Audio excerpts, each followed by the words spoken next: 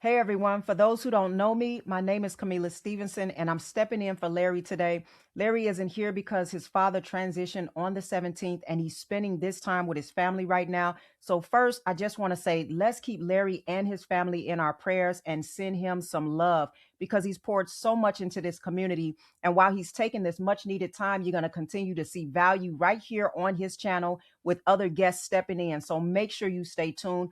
Also, go ahead and like the video because it does support the channel, and subscribe to this page if you haven't already so you can stay connected to current events and financial education. And if you're already subscribed, I'd love for you to drop something in the comments. What is one lesson Larry has taught you that has helped you become a better investor? Now, quick housekeeping, nothing I share is financial advice. This is for educational and entertainment purposes only. Always do your own research, manage your own expectations, and make decisions that fit your personal situation because investing comes with risk.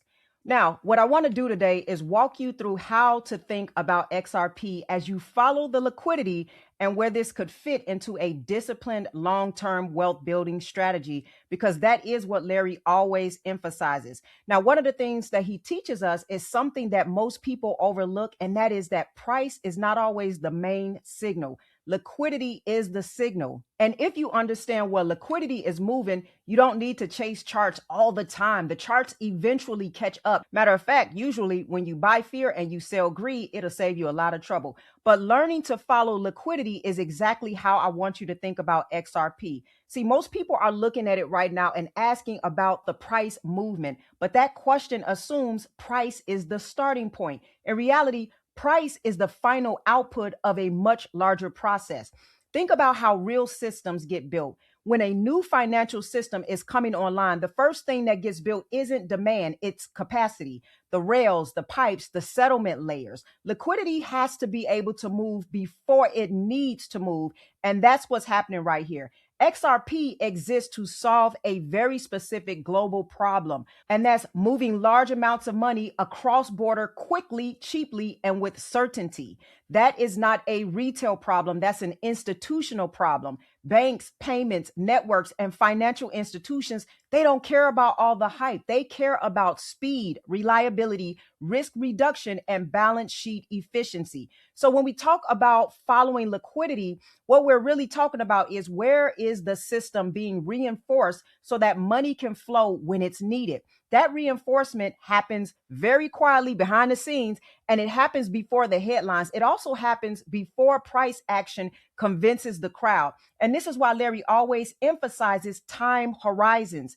If you're thinking in days or weeks, price noise is going to feel overwhelming to you. But if you're thinking in years, structure becomes obvious. Liquidity moves first, infrastructure follows, price responds last. So instead of thinking, why hasn't XRP moved? A better question is, what kind of system is being prepared and who's preparing it? Now, that's the lens that we're using here today. Now, I want to talk about what XRP actually is, because this is where a lot of confusion comes in. XRP is not a company. It's not a stock. It's not tied to earnings. It's not tied to a CEO. It's not tied to quarterly reports, profit margins, or debt ratios. When you buy a stock, you're buying a business. And I love buying businesses, and I hope you do too. But that business can succeed or fail based on leadership, competition, balance sheets, and execution. XRP doesn't work like that. XRP is a liquidity asset. Its value isn't derived from performance metrics. It's derived from function. What function? Settlement. XRP was designed to move value from one place to another, across borders, across currencies, across institutions in real time. Right now, the global financial system relies on slow, fragmented processes. Money sits idle in accounts around the world just so banks can pre-fund transfers. That capital isn't working. It's locked up. XRP's role is to eliminate that inefficiency. Instead of parking money everywhere, institutions can use XRP as a bridge, convert currency to settle instantly, and then convert back. That reduces cost, time, counterparty risk, and trapped capital. This is where the macro piece matters. On a global scale, capital efficiency is everything. When money moves faster, balance sheets improve. When balance sheets improve, systems become more resilient. That's why this isn't about replacing money. It's about upgrading the rails money moves on. And that's also why XRP is treated differently from speculative assets. It's not designed to be traded back and forth for entertainment. It's designed to be used, meaning there's a use case for it. And that's why Larry often talks about XRP in this way. Now, used assets tend to get held, not flipped all the time. And I'm not saying you can't flip assets and make money off assets, but again, this is about the use case story. They become inventory, they become collateral, they become part of infrastructure. That's also why the price behaves differently. If you're watching XRP like a tech stock, it may not make sense to you. If you're watching it like a settlement tool that needs deep liquidity, it makes a lot of sense. Liquidity tools don't get repriced because of excitement. They get repriced because the system needs more capacity. And that's the key distinction that most people miss. Now, this is where people usually get stuck. They understand what XRP does. They understand why liquidity matters, but they are still asking, well, if all of this is true, again, why hasn't the price responded yet? And the answer is simple, because infrastructure is built before it's stressed. Markets don't wait until something breaks to prepare.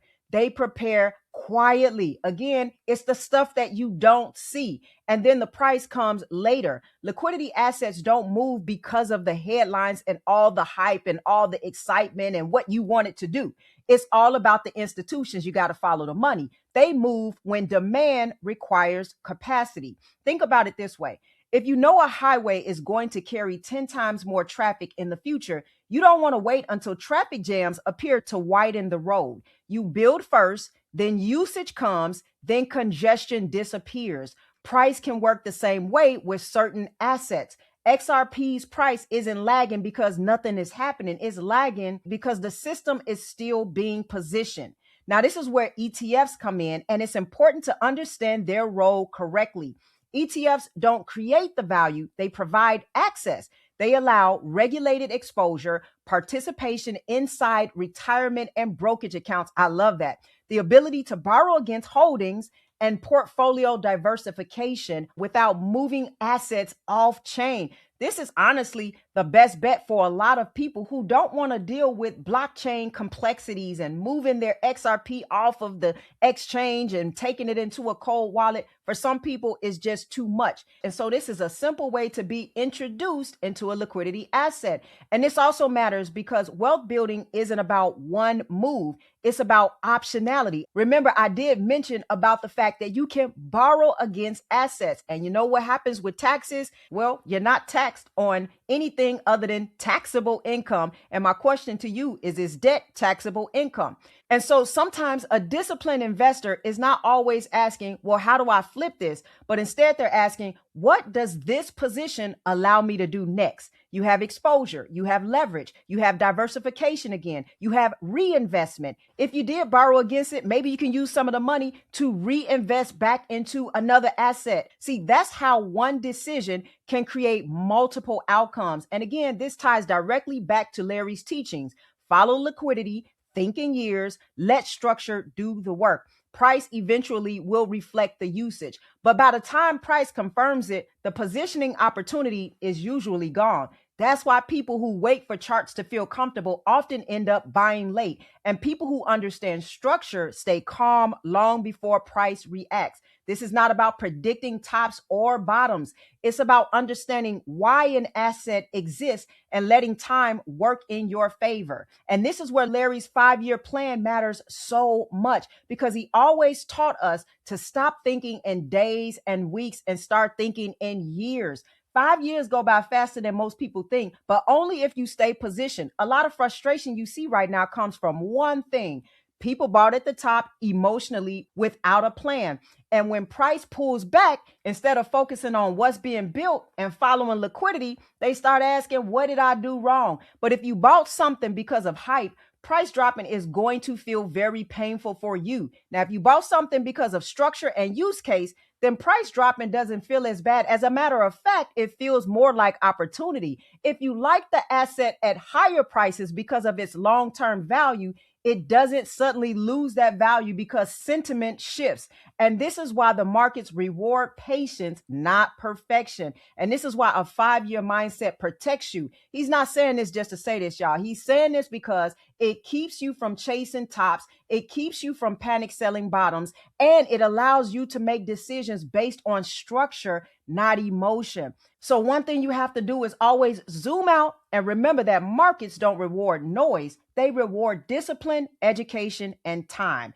Everything we talked about right now, liquidity, structure, infrastructure, patience, that way of thinking doesn't come from guessing or chasing headlines. It comes from understanding how markets actually work. And that's why I continue to recommend Stock Up University. If you want to become a stronger investor, not just in crypto, but across all markets, this is one of the best places to build that foundation. You're going to learn market cycles, liquidity, technical analysis, risk management, and how to stay emotionally stable when markets get noisy. I'm personally in the program. I go through the trainings more than once, and it has completely changed how I think and move in markets. You're going to find the link in the description, and you can use the code EARN for a special discount. Also, if you want to follow more of my work, you can find me here on YouTube under Camila Stevenson or at Dr. Camila Stevenson. I share a lot of macro perspective and long-term thinking around markets and wealth building. Now, before you go, drop a comment for me. How many years have you been holding cryptocurrency? I love to see where everyone is on their journey.